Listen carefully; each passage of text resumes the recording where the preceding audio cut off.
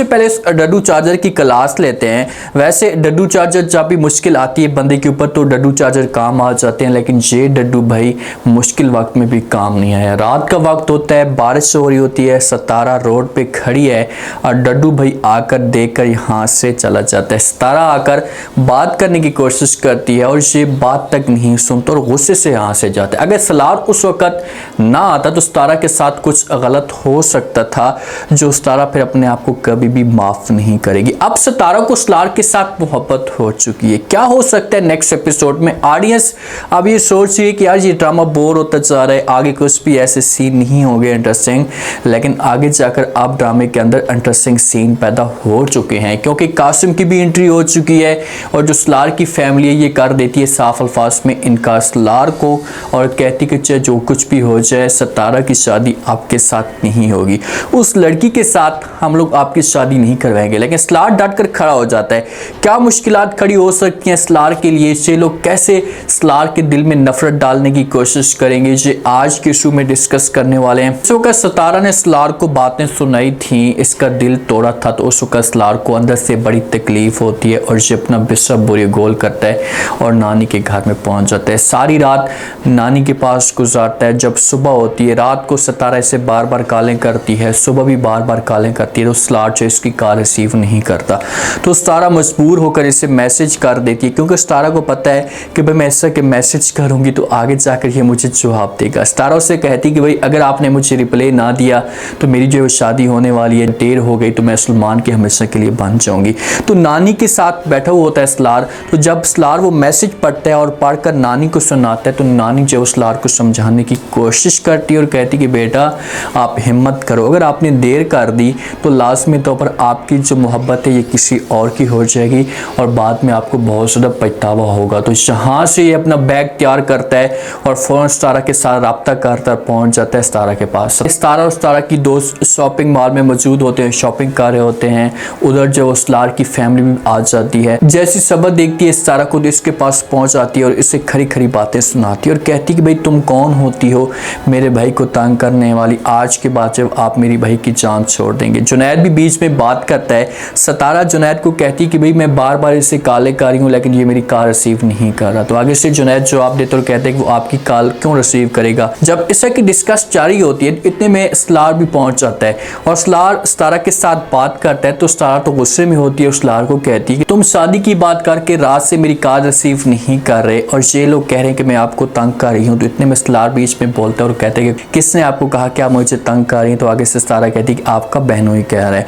तो सबर जब ये सारी की सारी बातें सुनती है तो उसे बहुत ज़्यादा गुस्सा आता है और गुस्से से वहाँ से चली जाती है। सलार बहनोई को यहाँ पर समझाने की कोशिश करेगा और कहेगा कि भाई ऐसी कोई भी बात नहीं है, मेरी और इसकी बात हो चुकी है, अब मेरी शादी इसी के साथ होगी अगर मुझे तंग करती भी है। ऐसे जुनैद वाले चले जाएंगे, सलार और सितारा शॉपिंग करेंगे, इंजॉय करेंगे शॉपिंग मॉल के अंदर। उसके बाद जो सलार अपनी गाड़ी में बैठाएगा सितारा को और इसे छोड़ने के लिए जाएगा अपने घर में। जब यहाँ से जाते हैं रास्ते में तो सलार जो वो सितारा को कहते हैं कि अच्छा ये बताओ कि कहाँ पर हम चलेंगे, किस जगह पर घूमने के लिए जाएंगे। ये बात करता है। आगे से सलार फिर कहते हैं कि अच्छा ये बताओ कि तुमने हाँ क्यों की, क्योंकि सितारा ने अपने घर वालों के सामने हाँ कर दी होती है बिला खौफ, ऐसा कोई भी उससे खौफ नहीं होता, खुलकर बात करती है और कहती है कि चाहे जो कुछ भी हो जाए मैं शादी करूंगी सलार के साथ ही करूंगी और अपनी फैमिली को मजबूर करने की कोशिश करती है। तो सलार इसी वजह से ये बात पूछते हैं, तो आगे से सितारा कहती है कि मेरी मर्जी है, मेरा दिल है, मैं जो कुछ भी कहूंगी, आप कौन होते हैं पूछने वाले। तो सितारा को इस बात पे खुशी होती है, सितारा का शुक्रिया अदा करते और कहते कि अच्छा अब मुझे पता चला कि मैं आपकी मर्जी भी हूँ। सितारा जहाँ पर इससे खुदाफिज कहती है, नीचे उतरने लगती है, तो सितारा इसे गिफ्ट देता है आईफोन 15 प्रो मैक्स और जब सितारा देखती है तो उसके मुंह में पानी आना शुरू हो जाता है। सितारा कहती कि ये क्या है, तो सितारा उससे कहते कि ये मोबाइल है। सितारा कहती कि क्यों दे रहे हो मुझे, तो आगे से सितारा कहते कि ये मोबाइल मैं आपको इस वजह से दे रहा हूँ कि आपके पास मोबाइल है नहीं, ख़राब सी मोबाइल है, छोटी सी, ये आपके पास होगा तो आप मेरे साथ वीडियो कॉल पे बात करेंगी, हर वक्त मेरे साथ मैसेज चैट करेंगी,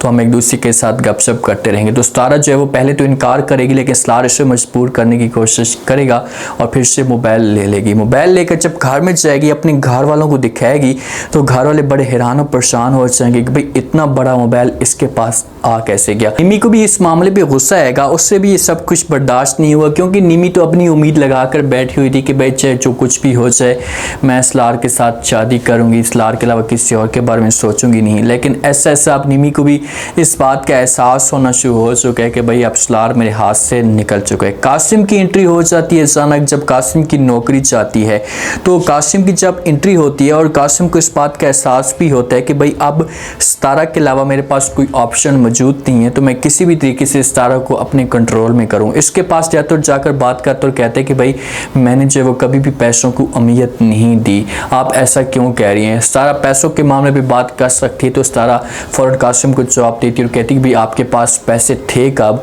पैसे भी आपके पास नहीं थे और अब तो आपके पास नौकरी भी नहीं है, तो आप फिर क्या करेंगे, और मैं ही अब आपको अहमियत ना ही दूं तो अच्छा होगा। कासिम का फौरन मूड जो होता है ना ये बन जाता है, चेहरे के ऊपर उदासी आ जाती है।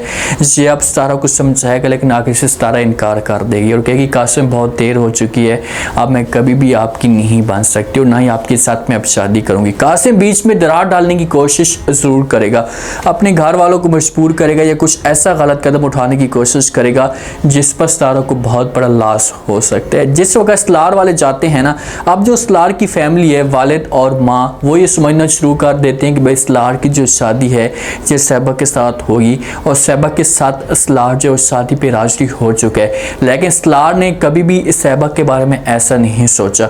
तो जब घर जाता है सलार तो वालिद इसे बुलाता है और बात करते और कहते हैं कि बेटा, इसके साथ जब इंसान की शादी हो रही होती है तो उनकी फैमिली को भी मुतमिन किया जाता है, उनकी फैमिली के साथ भी बात की जाती है ताकि उनकी फैमिली को आपके ऊपर यकीन हो कि भाई ये लड़का अच्छा है।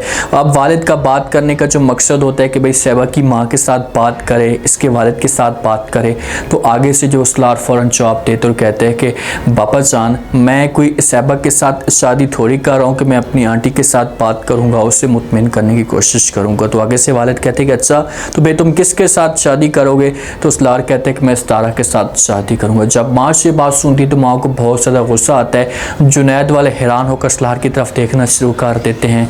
माँ जो है सलार को कहती कि मैं मर जाऊँगी लेकिन कभी भी आपकी शादी उस लड़की के साथ नहीं करवाऊँगी। सलार कहते हैं कि ठीक है, आप मेरी उसके साथ शादी नहीं करवाएंगी, बात भी आप याद रखें कि अगर मेरी शादी उसके साथ ना हुई तो फिर कल को आप लोग मुझे गिला मत देना कि मैंने कोई गलत कदम उठाया। ये धमकी सलार की मुझे ऐसा लगता है कि काम आ जाएगी।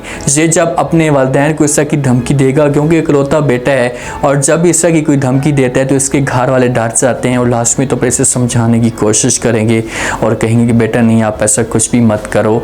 हम जब वो सोचेंगे इस बारे में, हर तरीके से अपना कुलिया आजमाएंगे, हर तरीके से हरबा ट्राई करने की कोशिश करेंगे कि किसी तरीके से सलार के दिल में नफरत पैदा हो जाए, लेकिन सलार अब इनकार नहीं करेगा और अपनी फैमिली को कहेगा कि मैं शादी करूंगा तो सितारा के साथ ही शादी करूंगा।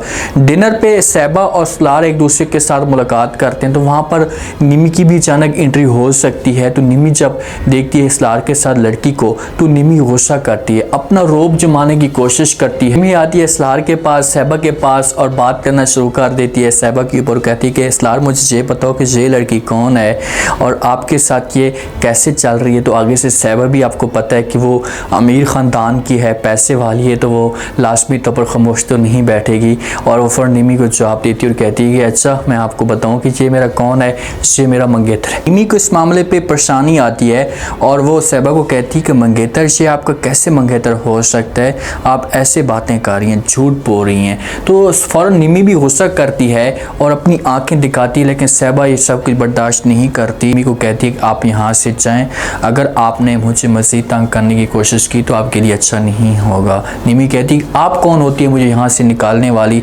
तो सैबा कहती है अच्छा मैं आपको दिखाती हूँ कि मैं कौन हूँ। तो वो कुछ गार्ड्स होते हैं, ऐसा रेस्टोरेंट वाली लड़कियाँ होती हैं जो समझो कि पैसे वाले को लाजमी तौर पर ज़्यादा अहमियत दी जाएगी, तो इसी वजह से निमी को वो पकड़ कर यहाँ से लेकर चली जाती हैं। भाई इसके पास कुछ होते नहीं है। सैबा बातें भी सुनाती है और कहती है कि ये गरीब लड़कियाँ अमीर लड़कों के ऊपर नज़र रखती हैं, उनको फंसाने की कोशिश करती हैं, देखें कि ये भी ऐसा कर रही है। यहाँ पर सैबा को बहुत ज़्यादा गुस्सा आएगा और सलार इसे समझाने की कोशिश करेगा और कहेगा कि देखें सैबा आप जो कुछ भी सोच रही हैं ऐसा नहीं हो सकता, इन चीज़ों से आप बाहर निकले, मैं कभी भी आपके साथ शादी नहीं करूँगा। सलार को चाहिए कि सैबा की माइंड क्लियर करे और इसे खुलकर समझे। अब देखते हैं क्या होता है नेक्स्ट एपिसोड में, क्या सलार और सैबा की आपस में शादी हो पाएगी या नहीं। जिस हिसाब से अब इन दोनों की मोहब्बत जारी है तो सलार की फैमिली कैसे बीच में दरार डालने की कोशिश करेगी, लास्ट में फीडबैक